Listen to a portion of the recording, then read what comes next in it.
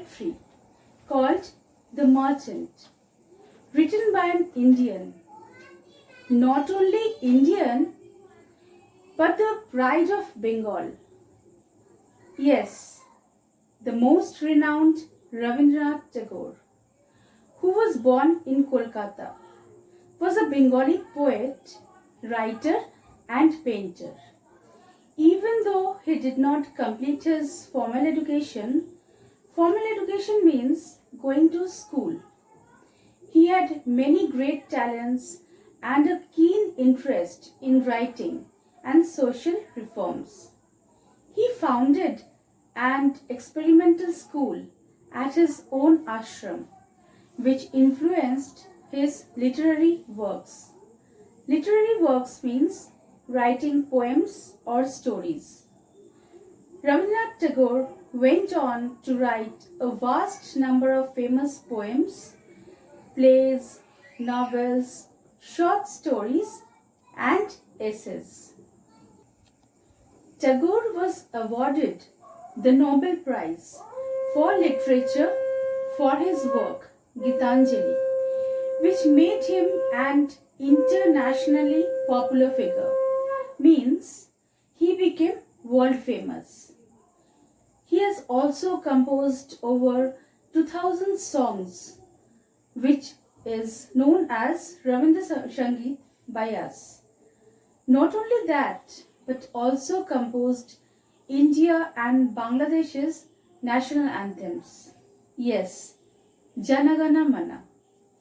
Now let's read the poem which describes the nature of the poet's relationship with his family, and notice the expressive words and phrases which allow the reader to make connections.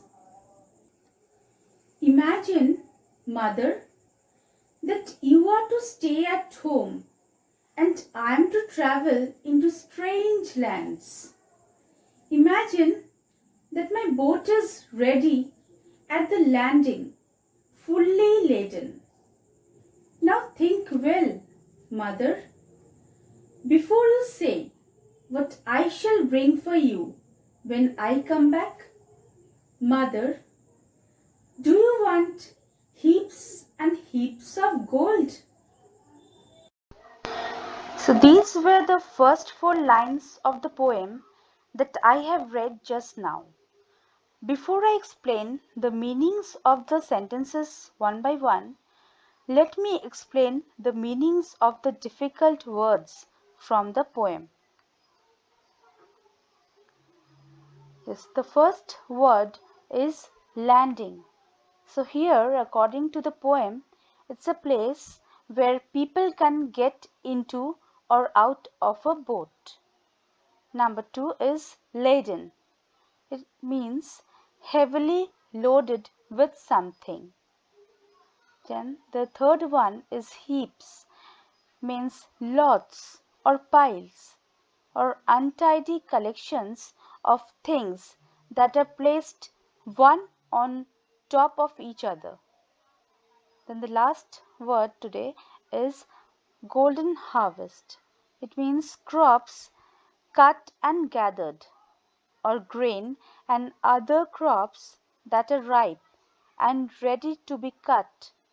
Some grains turn yellow when they are ripe. So the poet is asking his mother to imagine that she lives at home while he, means the little son or the poet, travels to unknown places. He also asks his mother to imagine that his boat is ready to depart, to be fully equipped with luggage. He also says his mother that think right now before you say to me, when I come back. He asks his mother that what do you want me to bring for you? Mother, do you want to have lots and lots of gold? So this was the explanation of the first stanza. Now let me read out the next 3 lines. There, by the banks of golden streams, fields are full of golden harvest, and in the shade of the forest path, the golden champa flowers drop on the ground. I will gather them all for you in many hundred baskets. So the poet says, there on the banks of golden streams, the farm is filled with golden crops, and in the shadowy paths of the forest, golden champa flowers keep falling on the ground. Grains and other crops that are ripe is known as golden harvest. Champa flowers are of bright yellow color, and most grains that are ripe turn into golden color. It is so beautiful to look at that the poet compares it with gold. The poet says that he will gather and fill all the golden harvest in hundreds of baskets and bring them for his mother.